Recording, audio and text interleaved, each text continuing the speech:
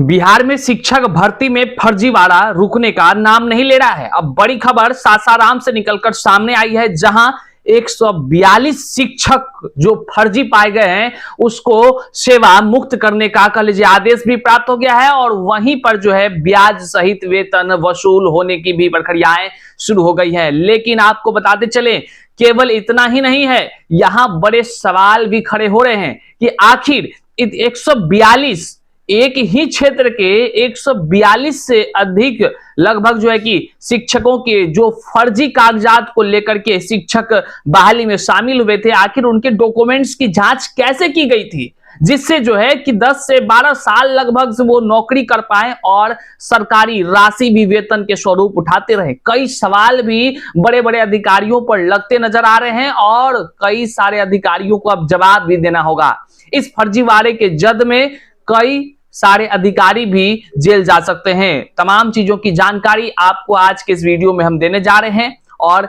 जो अहम जानकारी है वह यह कि आखिर किस तरह से बिहार में शिक्षा के गुणवत्ता के साथ भ्रष्टाचार शामिल होकर के बच्चों के भविष्य को धूमिल किया जा रहा है।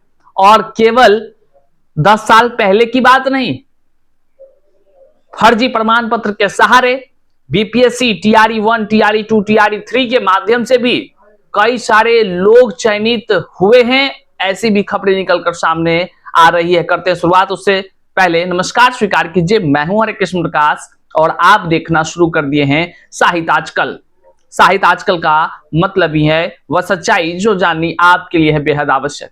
साथियों, चैनल पर नए हैं तो सब्सक्राइब कर लीजिए और अपने साथियों तक एक बार जरूर शेयर कर दीजिए। आइए करते हैं मुद्दे की बात। देखिए, सासाराम से बड़ी खबर निकलकर सामने आ रही है, और यह खबर शिक्षा जगत में कह लीजिए तो एक तरह से एक अभिशाप बनकर उभर रहा है।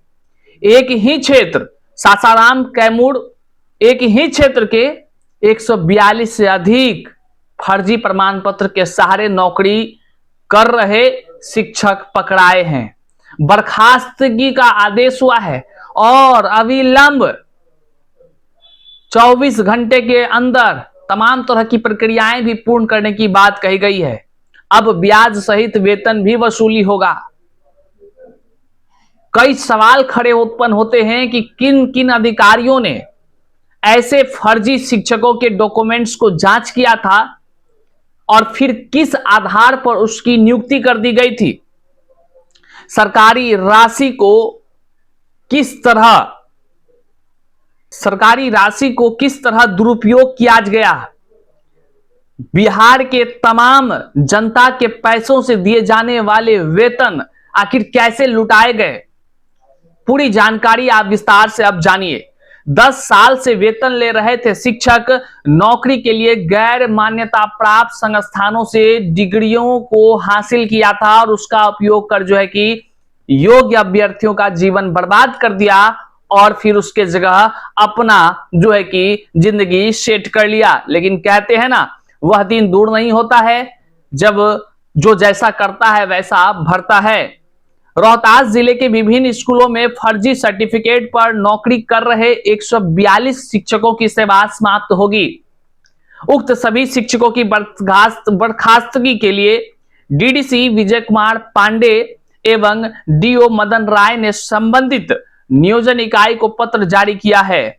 जिला शिक्षा पदाधिकारी कार्यालय में जारी पत्रांक 664 के आलोक में उप विकास आयुक्त के हस्ताक्षर से संबंधित सभी पंचायत, प्रखंड और नगर शिक्षक नियोजन इकाई को इन फर्जी शिक्षकों को तत्काल प्रभाव से हटाने का सख्त निर्देश भी दिए गए हैं। डीओ कार्यालय द्वारा जारी इस सूची में जिले के नासिरगंज, अकोढीगोला, कोचस, तिलोथू, करगहर, नौखा, दिनारा और सासाराम सहित विभिन्न नियोजन इकाइयां शामिल है। इस कार्रवाई की जद में आए 142 शिक्षकों में महिला भी शिक्षिका शामिल है और पुरुष भी शिक्षिका शामिल है, जो लगभग 10 साल से अधिक विद्यालय में डटे रहे, वेतन को उठाते रहे। अब कार्रवाई के जद में आए हैं। वे काम के बदले वेतन का लाभ शुरू से लेते रहे हैं। अब सोचिए, विडंबना सोचिए, जो योग्य अभ्यर्थी था उसका सिलेक्शन हो नहीं पाया, उसका जीवन बर्बाद हो गया। लेकिन जो फर्जी डिग्री वाले लोग थे, फर्जी डिग्री खरीद बिक्री जुगाड़ तंत्र से हासिल किए, जैसे टीआरई 1, 2, 3 में भी कई ऐसे लोग हुए जो फर्जी डिग्री हासिल किए हुए हैं। कोई बीएड किया, कहीं और से खरीद कर रातों रात मन हुआ कि भैया बीएड वाला से नौकरी नहीं हो रहा है पीजीटी टीजीटी में, तो डीएलएड का ले लेते हैं, रातों रात खरीद लिया। इस तरह कर करके लोग हासिल किए हैं। ये कोई कहने मात्र का आरोप नहीं है, बल्कि कई सारे लोग पकड़े भी गए हैं जांच में और सेवा मुक्त भी हुए हैं। जिला स्थापना अलग अलग हर जिला में कार्यालय में ये मौजूद है साक्ष्य। कई सारे खबरें भी निकली है, आप गूगल कर लीजिएगा, पता चल जाएगा कितने बीपीएससी से बहाल हुए शिक्षक जो है कि चाहे वो टीआरई 1 हो, टीआरई 2 हो, टीआरई 3 के लोग हो, वो पकड़े गए हैं, सेवा मुक्त हुआ है। वो एक मुश्त इतने शिक्षकों पर कार्रवाई से जो है कि शिक्षा के क्षेत्र में गुरु घंटाल वाले जितने भी गुरुजी हैं, ढोंगी गुरुजी जितने भी हैं, उन सभी के बीच जो है कि हड़कंप मच गया है। लोगों ने कहा कि फर्जी तरीके से नौकरी कर रहे शिक्षकों ने इतने दिनों से जो वेतन उठाया है, ब्याज सहित उसकी वसूली भी होनी चाहिए। यह जनता के खून पसीनों से की गई कमाई से दिए जाने वाले वेतन है। यह टैक्स के रूप में सरकार को आम जनता देती है, तो फिर ऐसे ढोंगी शिक्षक, वैसे फर्जी शिक्षकों को इतने साल तक कैसे वेतन सरकार देती रही?